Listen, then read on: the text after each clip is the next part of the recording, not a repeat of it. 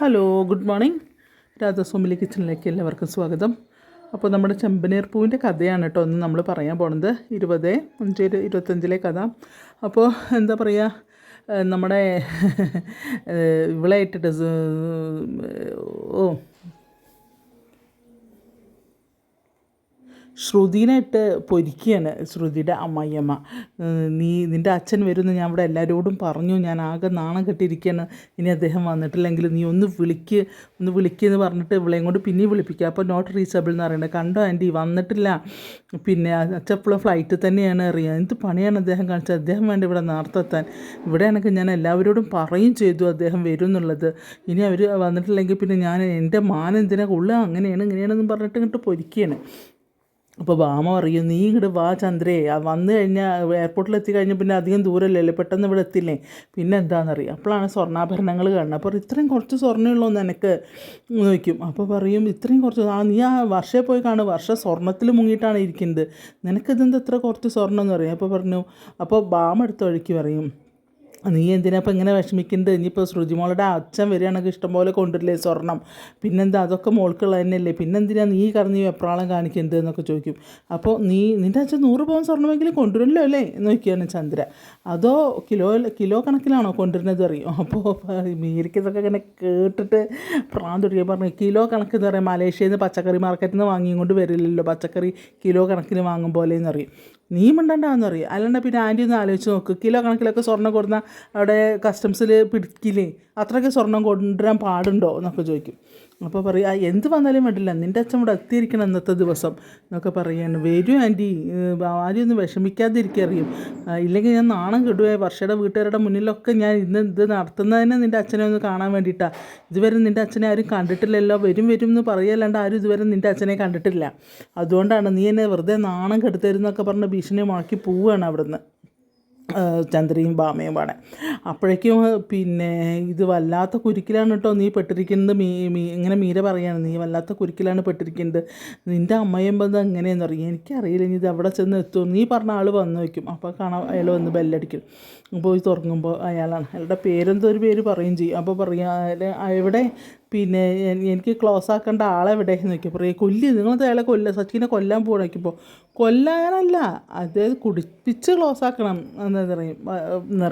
അപ്പോൾ പറയും, എനിക്ക് ആദ്യം അയാളൊന്ന് കാണണം, അയാളെ കണ്ട് സംസാരിക്കണം, കാരണം അയാൾ എൻ്റെ ഫ്രണ്ടായാലല്ലേ എനിക്ക് അയാളെ കൊണ്ട് കുടിപ്പിക്കാൻ പറ്റുള്ളൂ എന്നൊക്കെ പറയുകയാണ്. അപ്പോൾ പറയുമ്പോൾ ഞാൻ വന്ന് കാണിച്ചു തരാമെന്ന് പറയും കേട്ടോ. എന്നിട്ട് അങ്ങനെ കൊണ്ടുപോയി സുധി കാണിച്ചു കൊടുക്കണം, അതാണ് സച്ചിയും രവതി, അവൻ്റെ അടുത്തിരിക്കുന്ന അവൻ്റെ ഭാര്യയാണ്, അയാളെയാണ് എന്ന് പറയുമ്പോൾ, ഇതാണോ എന്ന് വയ്ക്കും.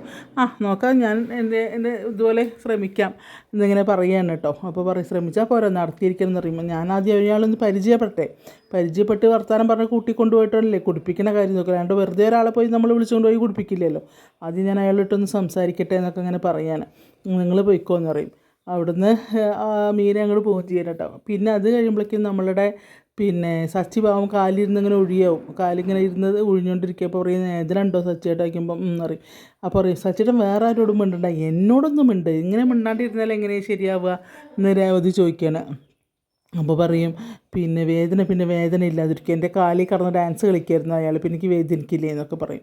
അപ്പോൾ പറയും, എന്നാലും ഒന്നും മിണ്ടിക്കൂടായിരുന്നു സച്ചിയേട്ടാന്ന് പറയും. അപ്പോൾ പറയും, നമ്മളെന്തെങ്കിലും പറഞ്ഞു കഴിഞ്ഞാൽ വല്ല പ്രശ്നമായി കഴിഞ്ഞാൽ ഈ പരിപാടി ആകെ അലങ്കോലപ്പെടില്ലേ രവതി, അതുകൊണ്ട് ഞാൻ മിണ്ടാണ്ടിരിക്കുകയാണ്, അല്ലെങ്കിലൊക്കെ ഞാൻ എന്താ ചെയ്യാമെന്ന് അറിയുമോ എന്ന് പറയും. അല്ലെങ്കിലോ നീയും അമ്മ പറഞ്ഞതാണ്, ഞാനാണ് എല്ലായിടത്തും പോയി പ്രശ്നം ഉണ്ടാക്കേണ്ടതെന്ന്, അതുകൊണ്ട് മിണ്ടാതിരുന്നതെന്നൊക്കെ അങ്ങനെ പറയും കേട്ടോ.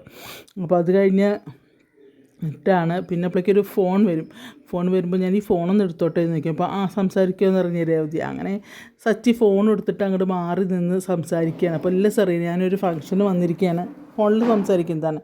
ഇല്ല സാർ, ഞാനൊരു ഫംഗ്ഷന് വന്നിരിക്കുകയാണ്, പിന്നെ ഇവിടെ അടുത്തുള്ള ഓഡിറ്റോറിയത്തിൽ തന്നെയാണ്, എനിക്ക് പെട്ടെന്ന് വരാൻ പറ്റില്ല സാർ എന്നൊക്കെ അങ്ങനെ പറഞ്ഞിങ്ങനെ മാറി നിന്ന് സംസാരിക്കുമ്പോൾ മഹിമ രണ്ടാമത്തെ ആൾ ചട്ടം കെട്ടുകയാണ്. അതായത് സച്ചിനെ തല്ലാന്ന് പറഞ്ഞ ആളുണ്ടല്ലോ അവനെ. അപ്പോൾ പറയും, അതാണ് ആൾ, നീ പോയി തല്ലെന്ന് പറയും. അപ്പോൾ ശരി എന്ന് പറഞ്ഞിട്ട് അങ്ങനെ അയാളിങ്ങനെ പോവാം. അങ്ങനെ സംസാരിച്ചുകൊണ്ട് ഇങ്ങനെ തിരിയണ ആ സമയത്ത് തന്നെ ഇയാൾ പോയിട്ട് ഊക്കലൊറ്റ അടി അങ്ങോട്ട് കൊടുക്കുക, ഷോൾഡറിനായിട്ടിട്ട്, കയ്യിൻ്റെ പുറത്തിട്ടിട്ട്. അതിൽ പെട്ടെന്ന് ഇങ്ങനെ സച്ചിങ്ങനെ ദേഷ്യം വന്നിങ്ങനെ തിരിയാണ് കേട്ടോ. തിരിയുന്ന സമയത്ത് അത് നമ്മളെ രേവതി കാണും. രേവതി വേഗം വരികയാണ്. രേവതി എന്നിട്ട് അറിയും, നിങ്ങളെന്ത് പണിയാണ് ചെയ്തത്, നിങ്ങളെന്ത് അങ്ങനെ തന്നെ അറിയും. അപ്പോൾ അപ്പോഴേക്കും സച്ചി അയ്യോ ഞാൻ എൻ്റെ ഫ്രണ്ടാണെന്ന് വിചാരിച്ചിട്ട് തല്ലിയതാണ് അറിയും. അപ്പോൾ പറയും ഫ്രണ്ടാണെങ്കിൽ മുന്നിൽ വന്ന് നോക്കണ്ടോ എന്നിട്ട് വേണ്ട തല്ലാൻ അറിയും. അപ്പോൾ പറയും സോറി ഞാൻ അറിയാതെ പറ്റിയത്, സോറി അറിയാം. രേവതിയും വരും, നിങ്ങൾ എന്താ ഈ കാണിച്ചത്, അദ്ദേഹത്തിനെ തല്ലാണ്ട കാര്യം നിങ്ങൾക്ക് എന്താണെന്ന് വയ്ക്കുമ്പോൾ, അല്ല ഞാൻ എൻ്റെ ഒരു ഫ്രണ്ടാന്ന് വിചാരിച്ചിട്ട് തല്ലിയതാണ് എന്ന് പറയും. അല്ലെങ്കിൽ സോറി പറഞ്ഞിട്ട് പോയിക്കൂടെയായിരുന്നു, ഞാൻ സോറി പറഞ്ഞു ക്ഷമിക്കണം എന്നൊക്കെ ഇങ്ങനെ പറയട്ടോ. അപ്പോൾ പറയും നിങ്ങൾ എന്താണ് അങ്ങനെ ഇങ്ങനെ പറഞ്ഞിട്ട് രേവതികൾ ചിലപ്പോൾ നമ്മുടെ സച്ചി തടയണം. അപ്പോൾ പറയും അതെ ഞാൻ അറിഞ്ഞോണ്ട് തല്ലിയതാണ്, ഇനി തല്ലി നിങ്ങളെന്താ തന്നെ ചെയ്യാമെന്ന് വെച്ചാൽ അയാൾ ഭാവം മാറുക പെട്ടെന്ന്. അതിൽ സച്ചിക്ക് ഇങ്ങനെ ആകെ മനസ്സിലാവും ഇതെന്തോ കളത്തരാണെന്നുള്ളത്. അപ്പോൾ പറയും ഇനി ഞാൻ തല്ലും, നിങ്ങൾ എന്നെ തിരിച്ച് തല്ലും, എന്നാൽ തല്ല് എന്ന് പറഞ്ഞിട്ട് അങ്ങോട്ട് ചെല്ലുക. അപ്പോൾ പറയും രേവതി പറയും നിങ്ങളെ ഞാൻ എന്താ ചെയ്യാറിട്ട് രേവതി അങ്ങോട്ട് ചെല്ലുക. അങ്ങനെ സച്ചി പിടിച്ച് മാറ്റുകയാണ്, പറഞ്ഞു വേണ്ട രേവതി വേണ്ട അറിയാം. അപ്പോൾ പിന്നെയും ഇയാളിങ്ങനെ പ്രകോപിപ്പിച്ചുകൊണ്ടിരിക്കുകയാണ് സച്ചിനെ. സച്ചി ഇങ്ങോട്ട് തിരിയും, എന്നിട്ട് കൈ കൂപ്പി പറയും ശരി സമ്മതിച്ചു, നിങ്ങളറിയാതെ തല്ലിയതാണ്, നിങ്ങൾ പൊയ്ക്കോന്ന് പറയും. അതിൽ ആകെ ഷൂന്നായി പോകും. കാരണം അയാൾ അതല്ല പ്രതീക്ഷിച്ചിട്ടുണ്ടായത്, സച്ചിയുടെ ഇന്നൊരു അടി തിരിച്ച് പ്രതീക്ഷിച്ചാണ്. പക്ഷേ സച്ചി വളരെ തന്മയത്തോട് കൂടിയിട്ട് അത് ആ കാര്യം സോൾവ് ചെയ്യുക. പറയും നിങ്ങൾ പോയിക്കോളൂ സാരല്ല, അറിയാതെ പറ്റിയതല്ല, ഇനി ആരുടെങ്കിലും അങ്ങനെ ഫ്രണ്ടാണെന്ന് വെച്ചാൽ വല്ലവരും പോയി ഇങ്ങനെ തല്ലരുത്, മുന്നിൽ പോയി കൺഫേം ചെയ്തിട്ട് വേണം ചെയ്യുക എന്നങ്ങനെ പറയുകയാണ്. അവിടുന്ന് സച്ചി രേവതിനെ കൂട്ടിയിട്ട് ഇങ്ങനെ വരും. ഇപ്പോൾ രേവതി അറിയാം ഇതെന്താ സച്ചിയേട്ടാ ഇങ്ങനെ എന്നൊക്കെ ചോദിക്കും. എനിക്കറിയില്ല, എനിക്ക് തോന്നുന്നു ഇത് മനഃപൂർവ്വം ക്രിയേറ്റ് ചെയ്താണോ എനിക്കൊരു സംശയമുണ്ട്, വെറുതെ ഇരുന്നാലും വന്ന് അടിക്കും ചവിട്ടും ചെയ്യണു എന്നൊക്കെ ഇങ്ങനെ പറയും. ഇതിന് പ്രതികരിക്കണ്ടേ എന്ന് പറയുമ്പോൾ പ്രതികരിക്കാൻ, പക്ഷേ നമ്മളുടെ സ്ഥലം മോശമായി പോയി, കാരണം ഇവിടെ ഞാൻ എന്തെങ്കിലും പ്രശ്നമായി കഴിഞ്ഞാൽ എല്ലാവരും കൂടി എന്നെ ഇട്ട് മതിക്കും, അതുകൊണ്ട് ഞാൻ എല്ലാം സഹിച്ചിരിക്കുകയാണ് എന്നൊക്കെ ഇങ്ങനെ പറയും കേട്ടോ. അപ്പോൾ പറയും എന്നാലും ഇത് കുറച്ച് കഷ്ടമാണ് കേട്ടോ സച്ചിയേട്ടാ എന്നൊക്കെ ഇങ്ങനെ പറയും. സാരമില്ല, നമ്മളായിട്ട് നീ ഒരു പ്രശ്നം ഉണ്ടാക്കണ്ട, അല്ലെങ്കിൽ ഞാനൊരു പ്രശ്നക്കാരനാണെന്നല്ല എല്ലാവരും പറയുന്നത്, അതുകൊണ്ട് അത് വേണ്ട, അതുകൊണ്ട് ഞാൻ മിണ്ടാണ്ടിരിക്കുന്നത്. അപ്പോൾ ഈ കൈ ഇങ്ങനെ പിന്നെ തടവി കൊടുക്കുകയാണ്. അപ്പോൾ നല്ല വേദന ഉണ്ട് വയ്ക്കുമ്പോൾ അത്ര വലിയ വേദന ഒന്നുമില്ല, പക്ഷേ നല്ല വേദന ഉണ്ട് സച്ചിക്ക് കേട്ടോ. അപ്പോൾ സച്ചിയുടെ മുഖഭാഗത്ത് നിന്ന് കാണാം. അപ്പോൾ പറയും ഈ പാമ്പുണ്ടല്ലോ, പാമ്പ് എന്ന് പറയുമ്പോഴേക്കും പാമ്പ് പറഞ്ഞിട്ട് ചാടും ഓടും ചില പറയും അതല്ല അവിടെ ഇരിക്കുക രേവതി, കടിക്കാത്ത പാമ്പാകുമ്പോൾ എല്ലാവരും അതിനെ എറിയും തല്ലും ഒക്കെ ചെയ്യുമ്പോൾ ആ അവസ്ഥയാണ് എനിക്ക് എന്നിങ്ങനെ പറയുകയാണ് സച്ചി കേട്ടോ. അത് കഴിഞ്ഞിട്ട് പിന്നെ നമ്മുടെ കണ്ടോ ആ ഇരിക്കുന്ന അച്ഛനെ കണ്ടോ, അച്ഛനും നീയും പറഞ്ഞുകൊണ്ട് മാത്രമാണ് ഞാൻ മിണ്ടാതിരിക്കുന്നത്, അല്ലെങ്കിൽ ഞാൻ ഇതിനൊക്കെ എന്താ ചെയ്യാമെന്ന് നിനക്കറിയില്ലേ എന്നൊക്കെ ചോദിക്കുകയാണ് കേട്ടോ. അപ്പോൾ പിന്നെ പറയും അതുകൊണ്ട് അച്ഛനെ ഒരാളെ ഓർത്ത് മാത്രം ഞാൻ സഹിച്ചും ക്ഷമിച്ചു ഇരിക്കുകയാണ്, നിങ്ങൾക്ക് ഞാനൊരു വാക്ക് തന്നിട്ടുണ്ടല്ലോ അതുകൊണ്ട് ഞാൻ മിണ്ടാതിരിക്കുകയെന്ന് പറയും. അത് കഴിഞ്ഞ് ഈ ചങ്ങാതി പോയിട്ട് മഹിമയോട് പറയുകയാണ് ഞാൻ അയാൾ നല്ല കണക്കിനാണ് കൊടുത്തിട്ടുണ്ട് അടി, പക്ഷെ അവൻ തിരിച്ചൊന്നും ചെയ്തില്ല, അയാൾ ഒരുപാട് സഹിക്കുന്നുണ്ട്, എന്താണ് അയാൾ എന്തോ ഇങ്ങനെ എന്നൊക്കെ ചോദിക്കുകയാണ്. അപ്പോൾ ഇതല്ല അവൻ്റെ സ്വഭാവം എന്ന് അറിയാണ് മഹിമ.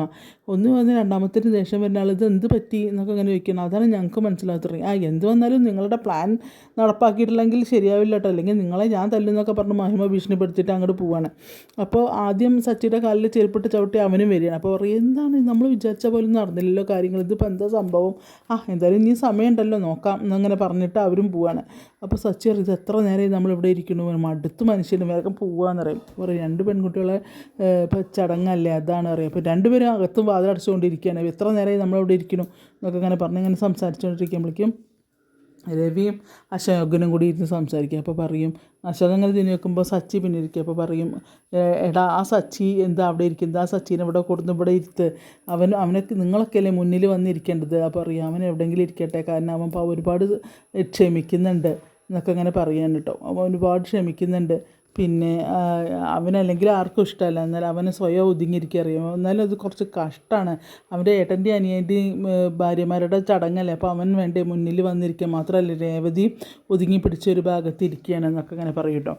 അപ്പോൾ പറയും എന്താണ് അല്ല അവൻ എവിടെയെങ്കിലും മിണ്ടാണ്ടിരുന്നോട്ടെ, എൻ്റെ മകൻ സംസാരിക്കുന്നു എന്നും പറഞ്ഞിട്ടാണ് ഇവിടെ പ്രശ്നം മുഴുവൻ ഉണ്ടാവുന്നത്, അവൻ സമാധാനമായിട്ട് എവിടെയെങ്കിലും ഇരുന്നോട്ടെ എന്ന് പറയുമ്പോൾ നമ്മൾ സച്ചിഭാവം കൈയും കെട്ടി ഇങ്ങനെ ഇരിക്കുന്നുണ്ടാവും കേട്ടോ.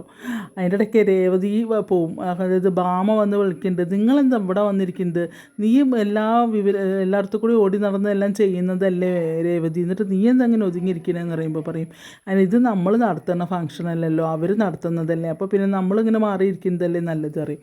എന്നാലും നീ വാ, അവിടെ ചന്ദ്രയ്ക്കൊരു സഹായമായിട്ട് ചന്ദ്ര നിന്നെ അന്വേഷിക്കുന്നുണ്ടായിരുന്നു, ഒന്ന് നിനക്കൊന്നാണ്ട് വന്നൂടെ എന്ന് ചോദിക്കുക. അപ്പോൾ ഞാൻ വരാം ആൻറ്റി എന്ന് പറയും. എന്നാൽ നീ വാന്ന് പറഞ്ഞിട്ട് അങ്ങനെ ഭാമ രേവതിനെ വിളിച്ചിട്ട് അങ്ങോട്ട് പോവാം. അപ്പോൾ രേവതി പറയും ശശിയുടെ ഇവിടെ ഇരിക്കണം കേട്ടോ, ഞാൻ ഇപ്പോൾ വരാമെന്ന് പറയും. അപ്പോൾ നീ പോവല്ലേ എന്ന് പറഞ്ഞിട്ട് അവളെ പിടിച്ചിരുത്ത. പറയും അതല്ല, അമ്മ അന്വേഷിക്കേണ്ടതെന്നല്ലേ പറഞ്ഞത്, അതുകൊണ്ട് ഞാൻ പോവുകയാണ് പറയും. അത് പറ്റില്ല എന്ന് പറയണേ. അപ്പോൾ അതിങ്ങനെ പറയാം. അപ്പോൾ രേവതി പറയും ഞാൻ പോയിട്ട് വരാം പറയുമ്പോൾ നീ പോവല്ലേ, ഞാൻ ഒറ്റയ്ക്കായി പോകും, നീ പോയി കഴിഞ്ഞാൽ പറയുമ്പോൾ പറയും ഹച്ചേട്ടാ ഇവിടെ എല്ലാവരും ഉണ്ടല്ലോ, ഞാൻ വേഗം വരാം, എന്താണെന്ന് അന്വേഷിച്ചിട്ട് വരാം എന്ന് പറയണേ രേവതി. അപ്പോൾ പറയും ഇല്ല, നീ എന്നെ ഇങ്ങനെ ഇവിടെ ഒറ്റയ്ക്കിട്ടിട്ട് പോവല്ലേ രേവതി, നീ ഇല്ലെങ്കിൽ എനിക്കിവിടെ ശരിയാവില്ല എന്നങ്ങനെ സങ്കടത്തോടു കൂടി പറയാൻ കേട്ടോ. അപ്പോൾ പറയും ഇതെന്താ ചെറിയ കുട്ടികളെ പോലെ എന്നൊക്കെ പറഞ്ഞിട്ട് അങ്ങനെ രേവതി നീറ്റ് പോവാണേ. അപ്പോൾ സച്ചയോട് ഇരുന്ന് പറയും ഇത് ഈ ചെറിയ കുട്ടികളെ മറ്റേ നഴ്സറിയിൽ വിട്ടു പോണ അമ്മമാരുടെ അവസ്ഥയാണ്, ഇഷ്ടപ്പെട്ട് പോണ പോലെയാണെന്നൊക്കെ അവനങ്ങനെ ഇരുന്ന് പറയാണ് സച്ചി കേട്ടോ. അപ്പോൾ അതിന് ശേഷമാണ് നമ്മളുടെ അശോകനും രവിയും കൂടെ അങ്ങനെ പറയും പാവം എൻ്റെ മോൻ ഇരിക്കുന്നത് കണ്ടില്ലേ, പിന്നെ എത്ര ഇതായിട്ടാണ് അവൻ ഇരിക്കുന്നത്, ആർക്കൊരു ശല്യം ആവണ്ടെന്ന് വിചാരിച്ചിട്ടാണ് എൻ്റെ കുട്ടി മുന്നിൽ പോയിരിക്കുന്നത്, അവനെ കാര്യമൊന്നും പറയുന്നത് എനിക്ക് ഇഷ്ടമല്ല അശോക, അതാണ് അറിയും. അങ്ങനെ പിന്നെ അവർ രവി അശോകനും കൂടെ ഇവൻ്റെ അടുത്ത് ശശിൻ്റെ അടുത്ത് കയറിയപ്പോൾ പറയും നീ നല്ല കുട്ടിയായിട്ടൊക്കെ മിണ്ടാണ്ടിരിക്കുന്നതൊക്കെ ഉണ്ടല്ലേ, അപ്പോൾ നിനക്കങ്ങനെ ഇരിക്കാനൊക്കെ പറ്റുമല്ലേ എന്ന് ചോദിക്കുമ്പോൾ പറയും അച്ഛാ അത് വല്ലാത്തൊരു വീർപ്പുമുട്ടലാണ് അറിയാം. അപ്പോൾ ഇങ്ങനെ എന്ന് മാത്രം പോരാ, എന്നും നീ ഇങ്ങനെ തന്നെ ഇരിക്കണം, നീ നല്ല കുട്ടിയായിട്ട് തന്നെ ഇരിക്കണം, പിന്നെ ഒരിക്കലും ആരോടും വഴക്കിനൊന്നും പോവാതെ ഇരിക്കണം എന്നൊക്കെ ഇങ്ങനെ പറയണം. അപ്പോൾ പറയും അച്ഛാ അതൊക്കെ നടക്കുന്ന കാര്യമാണ്, ഇതിപ്പോൾ തന്നെ നിവർത്തിയില്ല. അപ്പോൾ അങ്ങനെയൊക്കെയാണ് ഇന്നത്തെ ചെമ്പനീർ പൂവിൻ്റെ കഥ പോണത് കേട്ടോ. ആരും മിസ് ചെയ്യാണ്ട് കാണുക. അതുപോലെ തന്നെ രാധാസ്വാമിലി കിച്ചണിൽ ആദ്യമായിട്ട് കാണുന്നവരങ്ങനെ ഒന്ന് സബ്സ്ക്രൈബ് ചെയ്യാൻ മറക്കരുത് പ്ലീസ്. അതുപോലെ ഒരു ലൈക്കൊക്കെ തന്ന് അതുപോലെ ഒരു ബെല്ലൈക്കണൊക്കെ അമർത്തി സപ്പോർട്ട് ചെയ്യുക. നമ്മൾക്ക് ജീവൻ മരണ പോരാട്ടമാണ്, മുന്നോട്ട് പോകണമെങ്കിൽ ഒരുപാട് കടമ്പകൾ കടക്കാനുണ്ട്. അതുകൊണ്ട് പ്രിയപ്പെട്ട എൻ്റെ സബ്സ്ക്രൈബേഴ്സ് പ്ലീസ് സഹായിക്കണം, കൈവെടിയില്ല എന്നുള്ള വിശ്വാസത്തോട് കൂടിയിട്ടാണ് ഞാൻ എൻ്റെ ഓരോ കഥയും പോസ്റ്റ് ചെയ്യുന്നത്. പക്ഷേ വ്യൂവേഴ്സ് വളരെ കുറവാണ്. എൻ്റെ കഥ പറയുന്നത് മോശമായിട്ടാണോ എന്ന് എനിക്കറിയില്ല, എനിക്കങ്ങനെ ഇതായിട്ടൊന്നും പറയാനറിയില്ല. ഞാൻ കാണുന്ന കഥ അങ്ങനെ ഇങ്ങോട്ട് പറയണമെന്ന് മാത്രം. അതുകൊണ്ട് മിസ്റ്റേക്കൊക്കെ ഒരുപാടുണ്ടാവും, ക്ഷമിക്കണം. ചിലപ്പോൾ ആദ്യം പറയേണ്ടത് അവസാനവും പറയും, അവസാനം പറയേണ്ടത് ആദ്യവും പറയും, അങ്ങനെ പല ഇതും വരുന്നുണ്ട്. എങ്കിലും ഇന്നത്തെ കഥയാണ് ഞാൻ പറയുന്നത്. ഓക്കെ, അപ്പോൾ ആരും കൈവെടിയില്ല എന്നുള്ള വിശ്വാസത്തോടെ നിർത്തുന്നു. എല്ലാവർക്കും ശുഭദിനം. Thank you.